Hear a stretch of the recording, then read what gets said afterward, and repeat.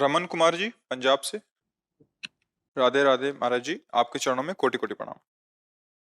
गुरुदेव भगवान, जब से इस शरीर ने होश संभाला है, महादेव जी की कृपा से शिव चरणों में लगाए रखा। गुरुदेव, मैंने मन में महादेव को अपना गुरु माना और प्रभु कृपा से आप मिले। गुरुदेव भगवान, जिंदगी में बहुत गलतियां की, आपके दर्शन और सत्संग सुनने के बाद परिणाम जानकर रूह काम जाती है। हाँ, यही सत्संग का प्रभाव है। सत्संग, सत अगर है सामने और उसकी बात सुनने को मिल जाए तो उसका प्रभाव ही यही पड़ेगा कि आपके हृदय में जलन पैदा हो जाएगी, मैं कितना गलत हूं। क्योंकि अब आपको जैसे मन में आ रहा हम बहुत सुंदर है, पर दर्पण जब सामने आया तो लगा कि जितना हम सोचते हैं उतना सुंदर तो नहीं है ना दर्पण से। तो सत्संग क्या है? ये ज्ञान दर्पण है। आपको जीव ही झका तो घबराहट हुई, अरे मेरे से ऐसी गलती कैसे हो गई, मैं कितनी गलतियां कर रहा हूं, मुझे इसका परिणाम भोगना पड़ेगा। अब भयभीत हुआ ना, होना चाहिए भयभीत। अब भय से निर्भय की हमारे अंदर वृत्ति मैं कैसे बचूं? तो भगवान कह रहे हैं कि जो सभीत, सभीत माने भयभीत, जो सभीत आवा सर नहीं रखियो ताहि प्राण की नहीं। हमारे भगवान के वचन है कि अगर भयभीत होकर कोई जीव कि मैंने तो बहुत गलतियां की, बहुत पाप की, अब भगवान के सिवा मुझे कोई नहीं बचा सकता, और मेरी शरण में आ गया, तो भगवान कह रहे जैसे सब अपने प्राणों को दुलार करते ना, मैं ऐसे दुलार करूंगा उसका। कोटि विप्र बदला गए जाहू, आए शरण तजो नहीं ताहू। अगर करोड़ ब्रह्म हत्याएं भी उससे हो गई और मेरी शरण में आ जाए तो मैं फिर उसे त्यागता नहीं हूं। तो हमें लगता है कि डरना तो चाहिए, इस डर से मन जो है गलत कामों की तरफ जाएगा नहीं और भगवान की शरणागति हो जाएगी। क्योंकि भगवान ही एक ऐसे हैं जो बुरे आचरण वाले को भी गले लगाते हैं, दूसरा इस सृष्टि में कोई नहीं। जिसके साथ आप उसके अनुकूल व्यवहार करोगे तो दोस्त बनेगा, चाहे वो कोई भी हो, स्त्री हो, पुरुष हो, बच्चा हो, बूढ़ा हो। और आपसे प्रतिकूल व्यवहार बने फिर गले लगाए, ऐसा तो मुझे नहीं लगता सृष्टि में कोई हो। फिर ये एक ही उपाय है कि भगवान और भगवान के जन ही एक ऐसे हैं जो गिरे हुए को हृदय से लगा के और उठाकर आगे बढ़ाते। नहीं, संसार का स्वरूप बहुत विचित्र है। यहां तुमसे काम बन रहा है, स्वार्थ की पूर्ति हो रही तो हाथ मिलाएगा।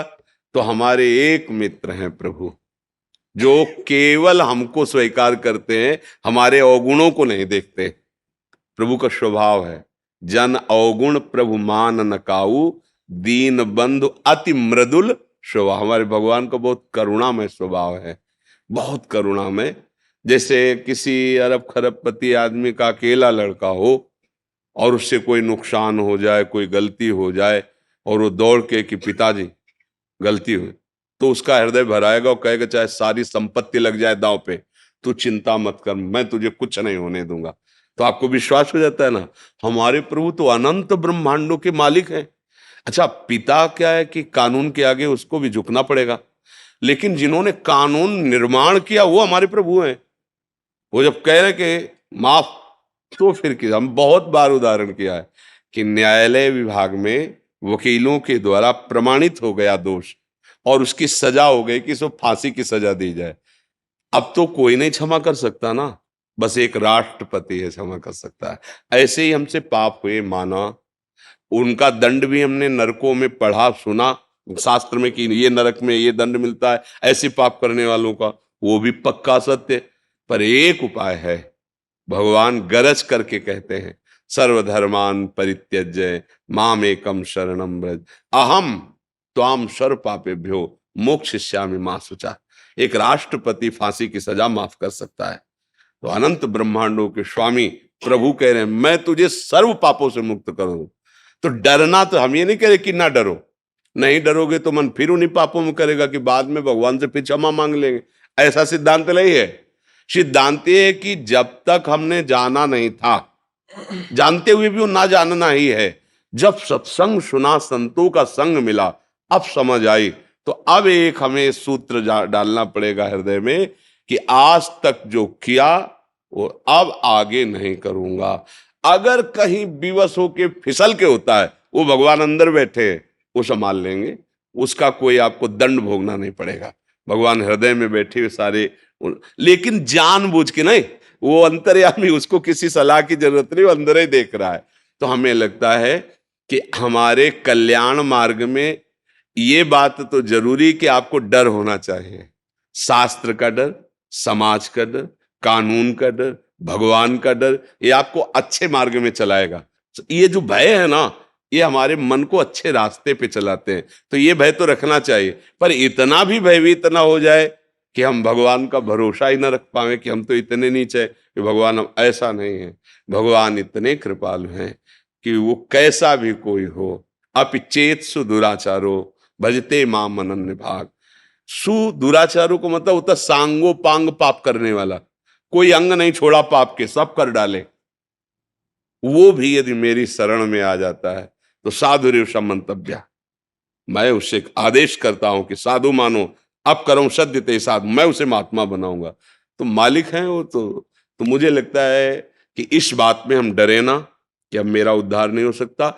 इस बात से डरे कि जो गलतियां हुई वो पुनः गलतियां ना हो, और भगवान का आश्रय लेकर नाम जप करें, अच्छे आचरण करें। जो गलतियां शरीर से हुई हैं अब उनका हम सुधार करें, उनको हम सावधानी पूर्वक रोकने, और अगर नहीं रुक पाते, पूर्वाभ्यास फिसल जाते, फिर खड़े हो, फिर चलो, नहीं नहीं करो, फिर फिसल जाते हो, फिर खड़े हो।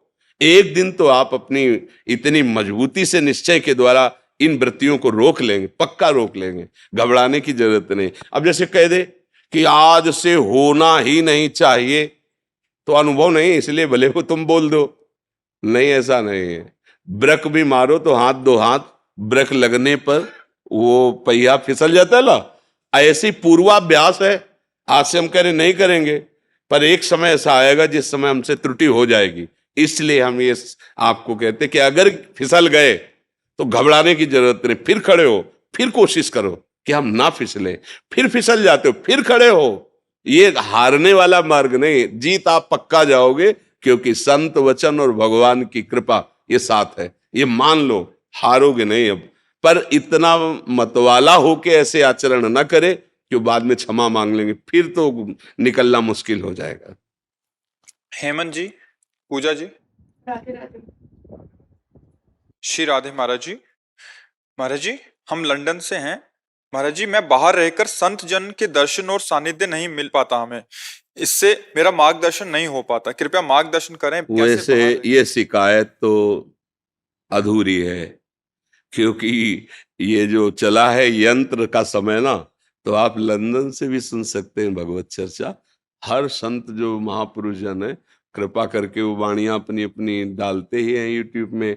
तो हमें लगता है कि कहीं से भी सुना, लंदन से नहीं सुना जा सकता, ये बात एकांतिक सुना जा सकता है ना। तो आप उसको ये मानो, अपने भाव की बात बता रहे हैं। जैसे हम मोबाइल चला के सत्संग सुने तो भाव है, देखो ये हमने आसन रखा, और इसमें हम जिस संत का सुन रहे हैं उसका भाव किया, और मोबाइल को ऐसे ध्यान।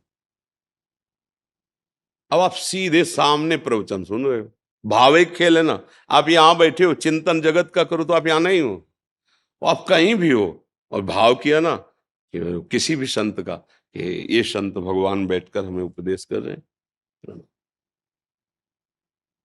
आपको वही सत्संग का प्रभाव अनुभव में आएगा। और वैसे ही आएगा जैसे हमारे सामने, क्योंकि कहो सो कहाँ, जहां प्रभु नहीं, क्या लंदन में प्रभु नहीं है क्या? कहीं भी हो आप, प्रभु तो है ना। अच्छा, जितने संत महात्मा या चराचर जीव है, सब प्रभु से ही चल रहे हैं। आपको वही परमाणु मिलने लगेंगे, वही भाव बन जाएगा। क्योंकि हमको किसी भी स्थिति में मनुष्य जीवन का परम लाभ खोना नहीं है। मान लो अर्थ प्राप्ति के लिए या अन्य व्यवस्थाओं के लिए आप देश विदेशों में जाइए, आप रहिए, पर आपको जो उद्देश्य है भगवत प्राप्ति का, वो ऐसा नहीं कि अब यहां हमें नहीं मिलता। यूट्यूब में बहुत से महापुरुषों के वचन है, संतों के वचन है, आप उनको सुनिए, मनन कीजिए, वैसे आचरण से रहिए। अगर आप भारत में रह रहे हैं, आचरण ठीक नहीं, तो आपको भगवत प्राप्ति थोड़ी हो जाएगी। हम कह रहे हैं आप हमारे पास रह रहे हो, आचरण ठीक नहीं, तो भगवत प्राप्ति नहीं होगी।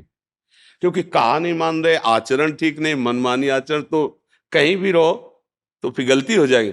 आप बहुत दूर रह रहे हो, हमारी बात मान रहे थे, देखो आए ना आप यहाँ, आप हमारे सामने आए ना, ऐसे भगवान आपके सामने आ जाएंगे। नाम जप करो, सत्संग सुनो। हाँ, प्रगट में जैसे आप यहाँ, तो यहाँ का वायुमंडल जो है वो आपको और सामर्थ्य देगा, लेकिन लाया कौन प्रगट में आपको? वही तो लाया ना, वही तो लाया, मोबाइल वाला प्रवचन ही तो लाया। तो आप समझो ऐसा नहीं कि वो व्यर्थ चला गया कि यार मोबाइल के सुनने से क्या होगा, जितने आए हो सब उसी के सुनने से आए हो।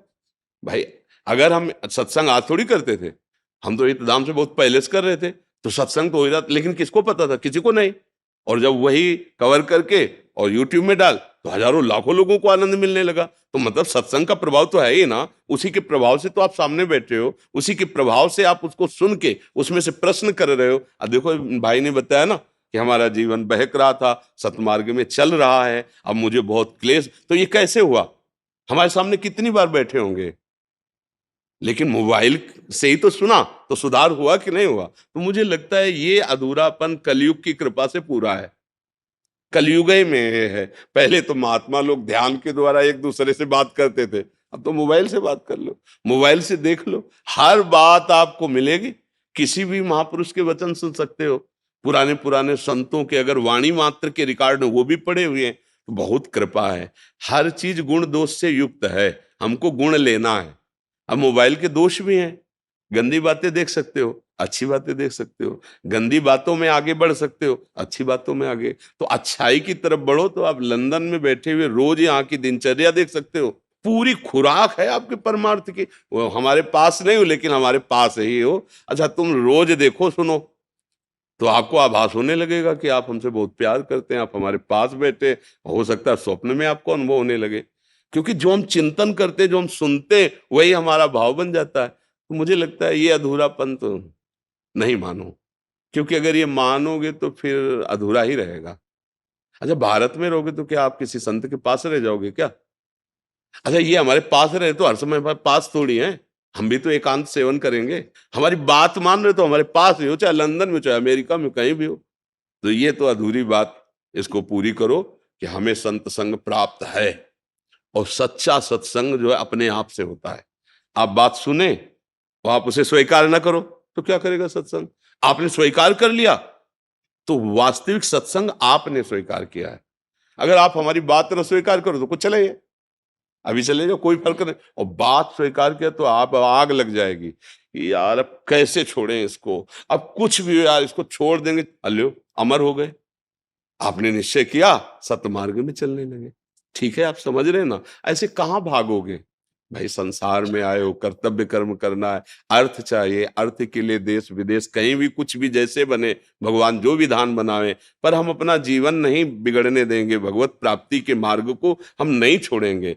अब ऐसा तो नहीं कि आप विदेश रहो तो मांस ही खाना जरूरी है, कुसंग है, अधिक कुसंग की बाहुल्यता है, पर नहीं सत्संग भी तो है। हम अपने सत्संग के हिसाब से अपना व्यापार नौकरी जो भी सर्विस है वो किए और अपने भजन में लगे हुए। तो ये जरूरी तो नहीं है कि हमको वो करना ही पड़े, ऐसा नहीं होता।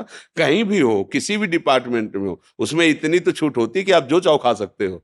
तो मान लो ठीक है वही रसोई है, मान लो आर्मी में है, अब वही रसोई, तो अपना वो चीजें ना खाए जो आपको ऐसा लगता है बिना खाए काम चल जाएगा, हमारा शरीर स्वस्थ रहेगा, भजन बनेगा। तो बहुत सुलझने की जरूरत है, कहीं भागने की जरूरत नहीं। क्यों? समझ में आ रहा है? महेश कुमार शर्मा जी। हमारे जी इनका प्रश्न एक थोड़ा सा अलग सा है। हमारे जी वन विभाग में रेंजर है, हमारे जी वन विभाग होता है, उसमें उसमें ड्यूटी के दौरान वन जीवों चीतल हिरण नील गायों को आवारा कुत्तों से बचाने के लिए कुत्तों को मरवाना पड़ता है। हमारा जी ड्यूटी के दौरान बाघों के संरक्षण हेतु भैंस के पाड़ों को बाघ के आगे डालना पड़ता है। हमारे जी इन कह रहे हैं कि उक्त जीवों की हत्या करवाने में मैं पाप का सहभागी हूँ, क्योंकि मेरी सेवा ही है उस वन विभाग के व्यवस्था को बनाए रखने के लिए।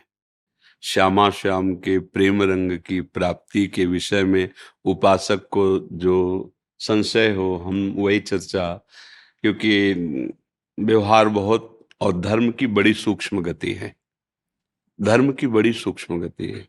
उसका निर्णय करने के लिए बिना पवित्र हृदय हुए स्वीकृति भी नहीं होगी, और निर्णायक यदि धोखे से उत्तर गलत दे दे तो उसकी दुर्गति हो जाएगी।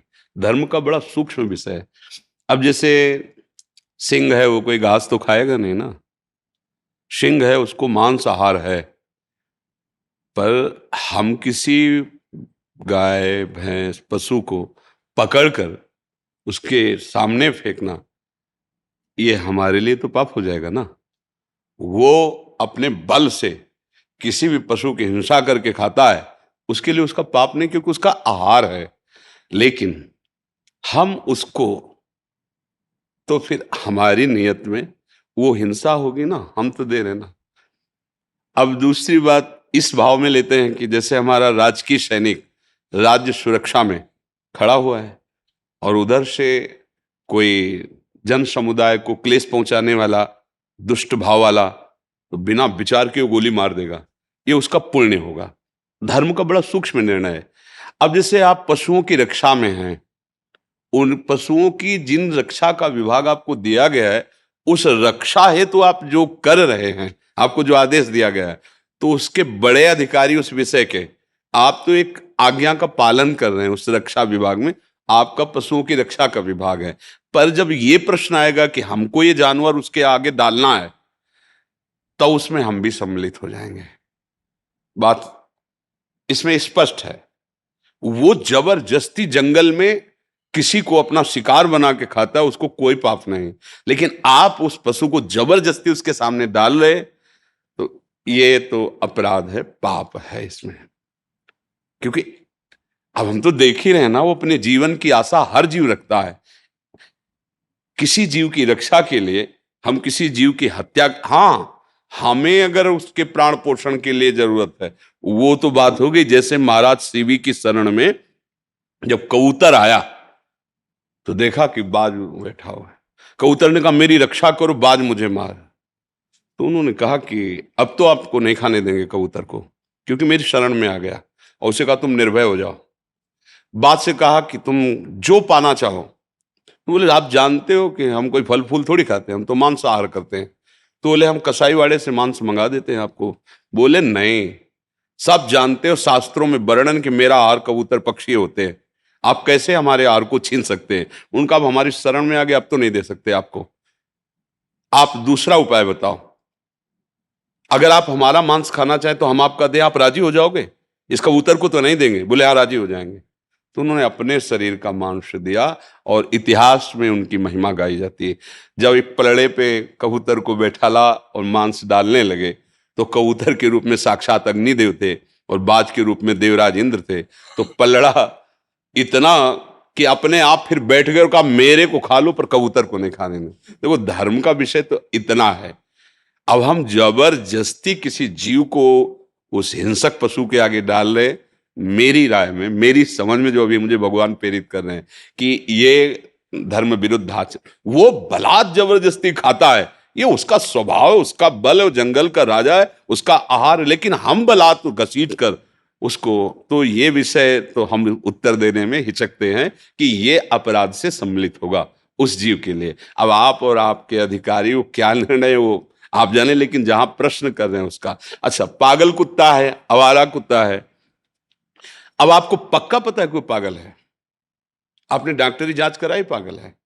अगर कुत्ता पागल नहीं है तो क्या उसका जीने का अधिकार इस भूमंडल पे नहीं है क्या? भाई छिपकली है, मच्छर है, क्या इनका अधिकार नहीं? तुम्हारे लिए पूरा कमरा मिल गया छिपकली एक जगह, छिपकी आप अपनी सुरक्षा कीजिए, लेकिन उसको मार नहीं सकते आप। उसको भी तो सृष्टि में जीने का अधिकार है। तो वो पागल नहीं है, आवारा शब्द आप उसको दे दें, तो आवारा का मतलब है कि वो जीना चाहता, वो पागल नहीं है। कोई उसे घर में नहीं पाले पर वो जीना चाहता है, तो अब उसको मारना पाप तो लगेगा ही। अब कोई व्यक्ति आपकी समझ में नहीं आ रहा, आप गोली मार देते तो आप आपको अपराध लगे। पहले समझिए वो कौन है। अगर ऐसे कि वो हमारे समझ में नहीं आया, मतलब लग रहा था कि हो सकता है, हो सकता में उसको दंड देने के लिए पहले जांच कीजिए। जैसे हो सकता है कि ये चोर है, मार दिया महात्माओं को, आपने पीछे सुना होगा। ये कोई ये कानून है क्या? आप उसको बंदी बना लीजिए, आप उसकी जांच कीजिए, जब अपराधी निकले तो दंड दीजिए कानून के अनुसार। तो चाहे कोई भी जीव, हर जीव जीना चाहता है, और उस जीव को एक जीव की रक्षा के लिए यदि ऐसा, हम तो हमें लगता है कि ठीक नहीं है। क्योंकि 100 अगर पालतू कुत्ते होते तो 200 आवारा भी होते हैं। अब हमसे जो पूछ रहे हो ना, आप जहां पूछ रहे हो अध्यात्म का विषय है यहाँ, तो इसलिए हम तो यही कहेंगे ऐसा शास्त्र में हमने पाया है। तो इसलिए अभी ये बहुत सूक्ष्म विषय है, क्योंकि जीव हत्या इस पर तो बहुत, अगर हम गलत निर्णय कर दे तो हम दंड के भागी होंगे। इसलिए ऐसा नाम जप करते रहना, कैसी भी परिस्थिति हो, राधा राधा राधा राधा। अब भगवान जहां जैसे रख रहे, सावधानी रखो कि जैसा विकास साहू जी ओडिशा से। राधे राधे महाराज जी, आपके चरणों में कोटि कोटि प्रणाम। महाराज जी, मैंने आपके एक कथा में सुना था कि जब अपने परिवार और संबंधों से जब दुख और अपमान मिलता है तब उसे श्री जी की कृपा माना जाता है। इसी कृपा को अनुभव करते हुए पिछले 8 महीनों से राधा नाम जप और आपके बताए हुए मार्ग पर चल रहा हूँ। इसलिए मुझे भौतिक सुखों से विरक्ति सी आ रही है, लेकिन मन के अहंकार को त्यागना मुश्किल सा हो रहा है। देखो, इसको थोड़ा थोड़ा समझ लो। ये तो सत्य विषय कि यदि ईमानदारी से आप भजन करोगे तो असलियत में फिर आपका मन बताने लगेगा कि सब ड्रामा है, कहीं सुख नहीं असलियत में। इसलिए हम कई बार सत्संग में कहा है कि आपको जो भोग बहुत प्रिय हो तो आप नाम जप करते हुए उसको स्वीकार करना, फिर डायरी में उसी समय लिखना उसके बाद कि आपको क्या सुख मिला। क्योंकि थोड़ी देर बाद फिर माया भुलवाएगी, उसी का चिंतन करवाएगी, फिर तुम्हें आकर्षण करेगी। अगर वो दिमाग में बैठ जाए उस समय पूरे फाइनल, खाया पिया पूरा फाइनल, अब क्या है, क्या सुख मिला, थोड़ी देर बाद फिर लालसा। अगर मिला होता तो शांति तो मिल जाती, नहीं बोले शांति मिली कितने मिनट के लिए, फिर नवीन भोग की आकांक्षा, फिर नवीन तन की आवश्यकता, नवीन पदार्थ के। ये प्रपंच, ये माया कभी नहीं। तो जब हम सत्य भजन करते हैं, वास्तविक ईमानदारी से सत्यता से चलते हैं, तो ये तो मृत्यु लोक के भोग हैं। ब्रह्मादिक के भोग सब विषम लागता है, पर चतुरता ये है कि दिखावा नहीं होना चाहिए। क्या, उसी भोगों के बीच में रहो, उसी परिवार में रहो। मन बैरागी हो रहा ना, नाम जप करो और किसी को जानने मत दो और अपने कर्तव्य का पालन करो, निकल जाओगे। अभी बैराग उठा, मान लो आप भाग पड़े, अब शरीर की आवश्यकताएं जागृत होंगी माया के द्वारा प्रेरित होकर, क्योंकि अब निकलना चाहते हो ना। तो आपके सामने भूख प्यास काम क्रोध लोभ मोह मद मत्सर एक साथ टूटेंगे आपके ऊपर। अब आप व्यवस्था के चक्कर में पड़ोगे तो जो तुम्हें भजन के बल से वैराग्य मिला था ना, उसकी धज्जियां उड़ जाएंगी। यार कहीं तो खाने को मिले, कहीं तो रहने को मिले, और अगर खाने पीने को भंडारा और चक्र हो ना, अब और चाहिए, क्योंकि पूर्वाभ्यास इंद्रियों का है। अब क्या करोगे, अगर इधर उधर गंदा देखोगे तो नीचे गिर जाओगे। इसलिए बहुत समझ के, वैराग्य बहुत अच्छी बात है, पर अंदर का, बाहर का नहीं। वो इसी घर में रहो। मान लो आपने पाणी ग्रहण किया, पत्नी आपको तो वैराग्य चढ़ा है, उसका संसार का भाव, भगवान नाम लेते हुए उसकी भाव, क्योंकि अधिकार है, पाणी ग्रहण किया है, उसकी भावना की पूर्ति। अब ये नहीं कि भाई हमने सुन लिया कि ब्रह्मचर्य सर्वोपरि साधन, अब हम नहीं, ऐसा नहीं। अगर वो व्यभिचार धर्म में उतरती हो, आपने पाणी ग्रहण लिया तो आप पाप के अधिकारी बनेंगे।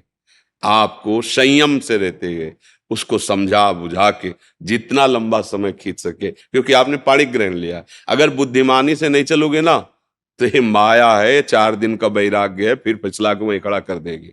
पक्की बात समझो, धर्म से चलो और अंदर से वैराग्यवान रहो। इससे बढ़िया बात क्या है, अंदर से हमें संसार अच्छा नहीं लगता और भजन चल रहा है। क्योंकि अब गृहस्थी में हो, अगर तुम मान लो नई अवस्था होती, संसार का स्वाद नहीं लिए और ऐसा कि अब हमें वैराग चल रहा है, तो कहते निकल के देखो भला, देखो महीना 2 महीना बिल्कुल परिवार के संबंध से शून्य होकर अलग जगह रहो, फिर देखो तुम्हारी मना स्थिति क्या है। खान पान की कोई व्यवस्था नहीं, रहने की कोई व्यवस्था नहीं। देखो अब बोले हाँ 4 महीने हो गए कोई व्यवस्था, हाँ तो और आगे बढ़ो, आओ अब इस तरह से चलो, फिर क्रमशः चला जाता है। तो वैराग्य का मतलब हम गुरुजनों के शासन में रहते हुए आगे बढ़ो। अब आप गृहस्थी में रहो, आज वैराग्य चढ़ रहा है, कल पूर्वाभ्यास जो विषयों का है वो तुम्हें गिरा देगा, फिर नाटक होगा भजन में। अभी भजन हो रहा है, अभी तुम्हें संसार कड़ुआ लग रहा है, बढ़ो बढ़ो वहीं बढ़ो जहां हो, जहां से प्राप्त हो रहा है। और वो स्थिति आ जाएगी ना, तो घर में रहो चाहे वन में रहो, बात एक ही हो जाए। और अगर ऐसे भगे तो धोखा हो जाएगा। हमारी प्रार्थना मान लेना, ये बड़ी लंबी रास्ता है, ये बड़ा लंबा मार्ग है, और इसमें बड़े बड़े लुटेरे खड़े हैं। काम क्रोध लोभ मोह मद मत्सर ये क्षण में गिरा देते हैं। संतों की आज्ञा के अनुसार चले, बिल्कुल भागना नहीं, कर्म अपना कर्तव्य मत छोड़ना, जिसके साथ जैसा व्यवहार वैसे, और अंदर की बात गुप्त रखो, वो आपसे भजन कराएगी। संसार के विषयों में फंसने नहीं देगी, भोगते हुए भी फंसने। ये कितनी बढ़िया स्थिति आ रही है, और उनको त्याग के बाहर निकले और उनका चिंतन बनने लगा। अब तो सब गड़बड़ हो गया। जिस चिंतन से हमारा उत्थान हुआ था वही चिंतन ही छूट गया, तो बाहर से तुम उघार घूमो बिना वस्त्र पहने तो क्या होगा, कोई लाभ नहीं है। अंदर से भगवान से प्यार बढ़ रहा है, संसार के भोग अच्छे नहीं लग रहे, ये स्थिति चाहिए। वो मिल रही तो चुप शांत, किसी से कहना नहीं, कोई ये जान न पावे कि आपको विषय अच्छे नहीं लगते, चतुराई इसी में है। अपने अंतर की बात केवल अंतर्यामी भगवान जान रहे, दूसरे की यार हमको ये बातें अच्छी नहीं लगती, अरे अब हमको तो कुछ अच्छा नहीं लगता, फिर फंस जाओगे, फिर द्वंद्व पैदा होंगे, फिर परास्त हो जाओगे। अपनी बात छुपा के रही मन की मन व्यथा रखिए मन में गोय, छुपा, गोय माने छुपाए। अंतर दाव लगी रहे धुआं प्रगटे कोय, कह जाने दिल आपनो या जासिर बीती होए। ये भगवत मार्ग, कोई को जान न पावे अंदर तुम्हारे क्या चल रहा, बाहर से वैसे व्यवहार, सबसे प्यार का व्यवहार, संसारी बनकर के बाहर से और अंदर से भागवतिक, बढ़िया स्थिति आ जाए। बाहर से भागवतिक बन गए, अंदर से संसारी बन गए, कुछ नहीं मिला, कुछ नहीं मिला और धोखा हो गया। हमें तो लगता है पहले से भी नीचे गिर गया। अगर ये भेष रख करके और चिंतन संसार और भोगों का, मर गया, किसी काम का नहीं रहा। ऐसे न वैसे रहे मजरे ढो, पाछलियो जो करी निर्भाषित, न प्रवृत्ति मार्ग के हुए न निवृत्ति मार्ग के। तो अच्छे से चलो, यही हमारी प्रार्थना है आपसे।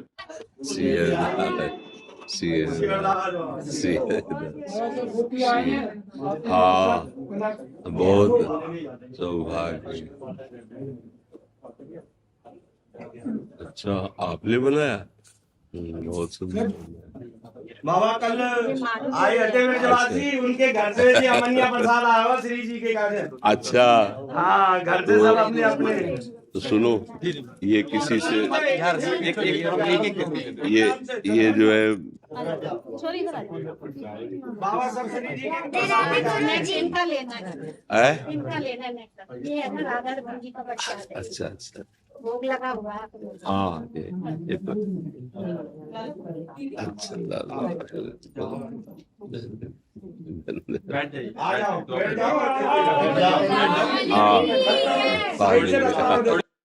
गोविंद देव अमनिया प्रसाद है बाबा के। हाँ, श्री जी को। आज तो सब संत पाएंगे फिर। हाँ, इतना ब्रजवासी के घर को अमनिया श्री जी को। एक हाथ से हाँ बाबा, आज श्री जी को से जाएंगे, आज ब्रजवासी के घर को प्रसाद है। क्या सेवा करे आप सबकी। बाबा आशीर्वाद दो सबन पे, जिंदगी सफल रहे, मस्त रहे, ब्रजवासी की और का चाहिए। आपकी कृपा बनी है। आप सब ब्रजवासियों की कृपा से ही लाडली लाल कृपालु है। हमारी तो सामर्थ्य नहीं, लाडली लाल तक आप ब्रजवासियों की चरण धूलि, ब्रजवासियों का ये अन्न, यही हमारे मन को प्रिया प्रीतम तक ले जाता है। हाँ, हरिराम व्यास जी ने कहा है कि भूख लगेंगो मांग खाऊंगो गिनो न सांझ सवेरो, ब्रजवासिन के जूठ टूक और घर घर छाछ महेरो। ये बड़े बड़े जो रस सिद्ध महापुरुष हुए ना, ब्रजवासियों के अन्न से हुए हैं और ब्रजवासियों की चरण रज से हुए हैं। उद्धव जैसे महात्मा ब्रजवासियों की चरण, जो ब्रजवासियों को नहीं समझा वो ब्रजराज तक पहुंच ही नहीं सकता। ये लाइसेंस समझो, ब्रजवासी जिसको कह दे मेरो बाबा, अरे अपनो बाबा है, तो जान लो कि प्रिया प्रीतम उसको स्वीकार कर लिए। ब्रजवासी भगवान के नित्य पार्षद है। बड़े बड़े सिद्ध जितने भी यहाँ हुए हैं आज तक, सब उनकी चरण धूलि और उनके अन्न। पंडित रामकृष्ण बाबा ऐसे कोई सीधे आके कोई फल फूल दे तो नहीं लेते थे। हाँ, अगर देना है तो ब्रजवासियों को घर दे आओ, जब हम मधुकरी मांगने जाएं वो देंगे, वो हम ले लेंगे। सीधे किसी से, बड़े बड़े सिद्ध ब्रजवासियों के अन्न के प्रभाव से प्रिया प्रीतम के प्रेम को प्राप्त हुए, जो अत्यंत दुर्लभ बात है। तो आप सब भगवत स्वरूप है, बस ये जरूर है कि जिनके हो उनका चिंतन बनना चाहिए। कल भी हमने यही प्रार्थना की थी, हाँ, कि देखो हम जहां हैं, हमारे प्रिया प्रीतम, हमारे लाल जो, हमारी प्यारी जो, ये ठसक बनी रहे, ऐसी कोई हमसे गलती ना बने जिससे हम प्रिया प्रीतम के हैं ये कहलाने में संकोच करें। कल भी यही प्रार्थना की थी सब। और जैसे माताएं बहनें पति को, जिनका पाणिग्रहण संस्कार हो गया, जैसे भगवत स्वरूप समझें, पत्नी को अपने प्राणों से भी अधिक प्यार करते हुए, उसकी गलतियों को क्षमा करते हुए, उनकी कामनाओं की पूर्ति, उनका दुलार, दोनों मिलकर परस्पर, ये प्रेम का मार्ग है। गृहस्थी भी अगर दो एक पहिया इधर जाए एक पहिया इधर जाए तो गाड़ी भला सही चलेगी क्या? तो दोनों को चाहिए कि एक दूसरे का भाव रखते हुए, प्यार बनाते हुए प्रभु की प्राप्ति करें, प्रभु तक चले।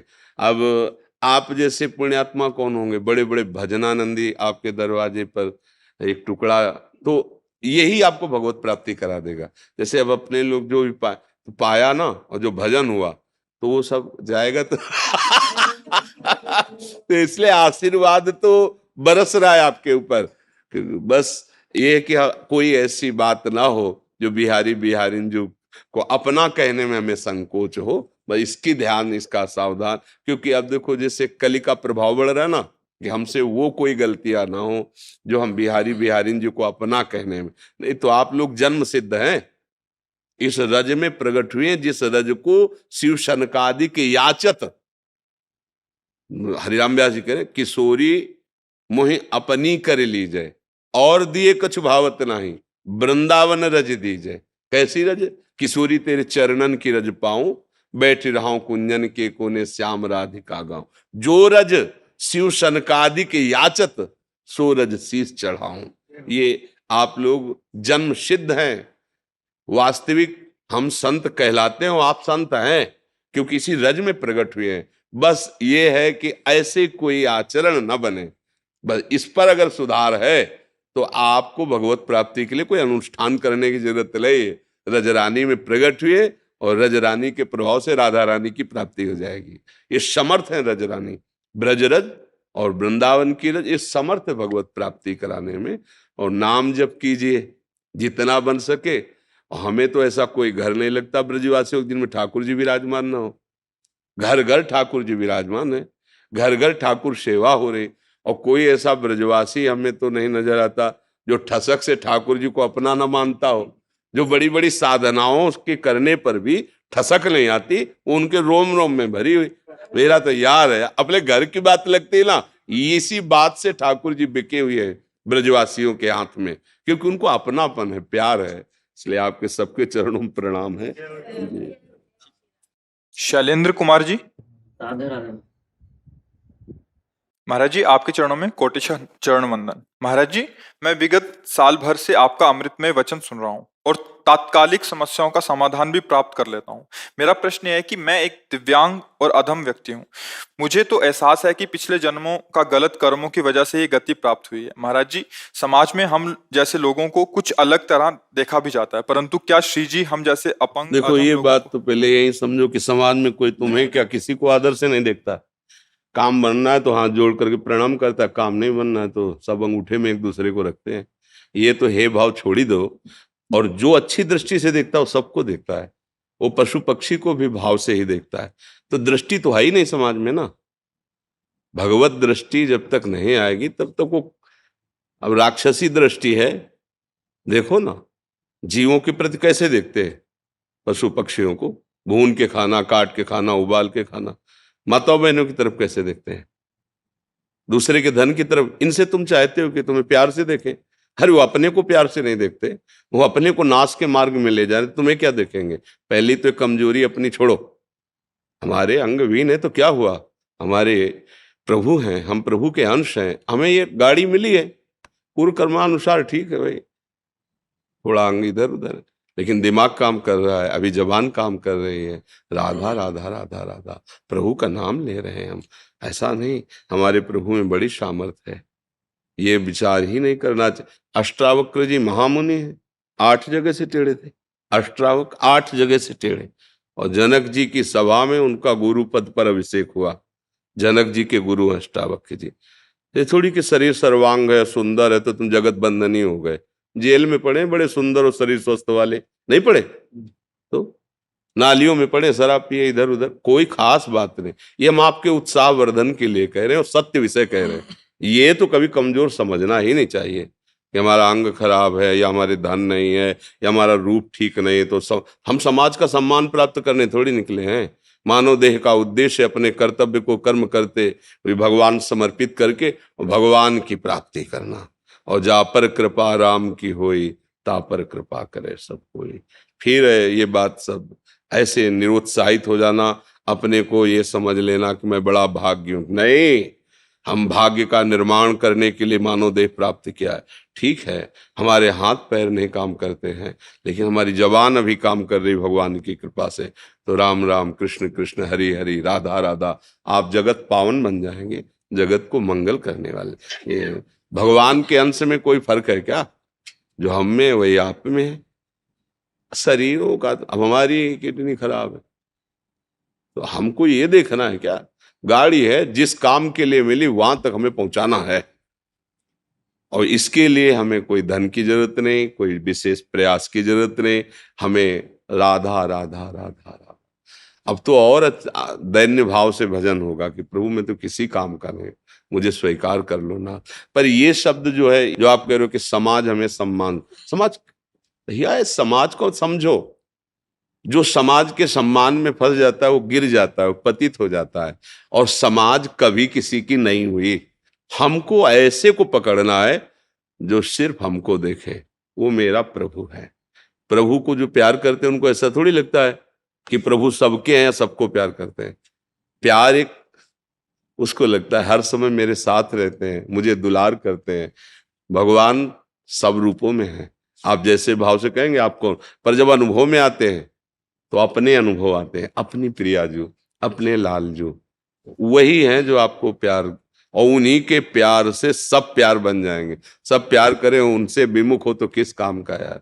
और सब हमें गाली दे, भगवान हमें प्यार करे। तो आज हम जो गीत गाते हैं तो उन्हीं महापुरुषों के गाते हैं जिन्होंने भगवान को प्यार किया, भगवान ने जिनको प्यार किया है। संसार ने क्या किया नरसिंह मेहता के साथ, मीरा जी के साथ, बड़े बड़े भक्तों के चरित्रों के साथ। जहां फूल चढ़ाए जाते हैं वहां उड़िया बाबा के माथे पे गड़ासा चलाए। संसार जहां सूली पे टांग दिया है, नहीं टांग, क्या क्या आप चरित्र दे। तो इस समाज से तुम चाहो सम्मान, ये भैया किसी को सम्मान नहीं, अपने स्वार्थ का सम्मान है। सच्चाई से समझ लोगे ना, तब तुम्हें सम्मान मिलने लगेगा। जब ऊंचाई पर पहुंचोगे अध्यात्म की, तो आपकी बात और आपका सानिध्य ऐसे करवा ही देगा, ये करवा। अब हम भजन में न लगे और सोचे कि शरीर स्वस्थ हो तो सम्मान, कितने दिन रहेगा भाई? विचार करके देखो, ना शरीर रहेगा, ना सम्मान रहेगा, ना सम्मान देने वाले रहेंगे। तो हमको नहीं फंसना चाहिए, हमको ऐसी जगह प्यार करना चाहिए जो हमें सदैव अपने पास रखे, और जिसके पास कोई कमी ना हो, और जो सर्वशक्तिमान हो, और जिसके हम हैं वो हमारे केवल प्रभु हैं, भगवान हैं। अगर समझ में आ जाए तो आ जाए, ना आ जाए तो राधा राधा। समझ में आ जाए तो फिर आप बोलो किस बात की कमी। मूकम करोति वाचालम पंगुम लंघयते गिरिम यत् कृपातम हम वंदे परमानंद माधवम। जो चेतन का जड़ करे, जड़े करे चेतन अस समर्थ। आप भजन करके देखो, भजन का प्रताप उदय हो। ये हाथ पैर क्या चीज है, दिव्य सिद्धियां उसकी सेवा में आ जाती है। गोद में उठा के जहां से तापों पत्थर में प्रवेश कर जाए। पर अगर इन सिद्धियों की तरफ चले तो फिर भगवान नहीं मिलते। इसलिए जो भगवत प्रेमी महात्मा उनका प्रयोग नहीं करते। नाम जप करो भैया, और उत्साह से भगवान के बच्चा हो, भगवान के अंश हो। शरीरों का क्या, जिनके स्वस्थ हैं 2 मिनट में एक्सीडेंट हुआ, फैल गए रोड में, इन शरीरों का कोई अभिमान, किस बात का अभिमान? एक झटके में खत्म हो जाने वाला शरीर है। तो जैसा मिला है, ये जरूर है कि हमारे कर्म के अनुसार मिला है। अब हमको हारना नहीं है अपने जीवन में। मतलब एक हमारा शुरू से जिद्दी स्वभाव रहा है, कोई पूर्व जन्म का ऐसा प्रताप रहा है कि हारना नहीं सीखा। मर जाना अच्छा है, हारना अच्छा नहीं, ये हमारे स्वभाव में बैठा रहा।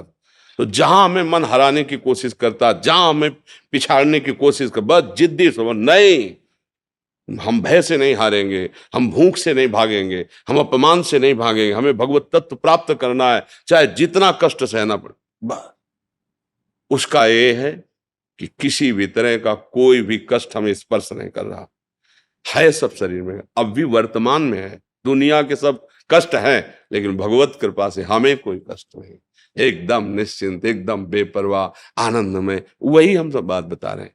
यहाँ कोई औषधि नहीं पहुंचा सकती जहां हम बात कर रहे हैं, यहाँ कोई डॉक्टर नहीं पहुंचा सकता, कोई सलाहकार नहीं पहुंचा, नाम पहुंचाता है।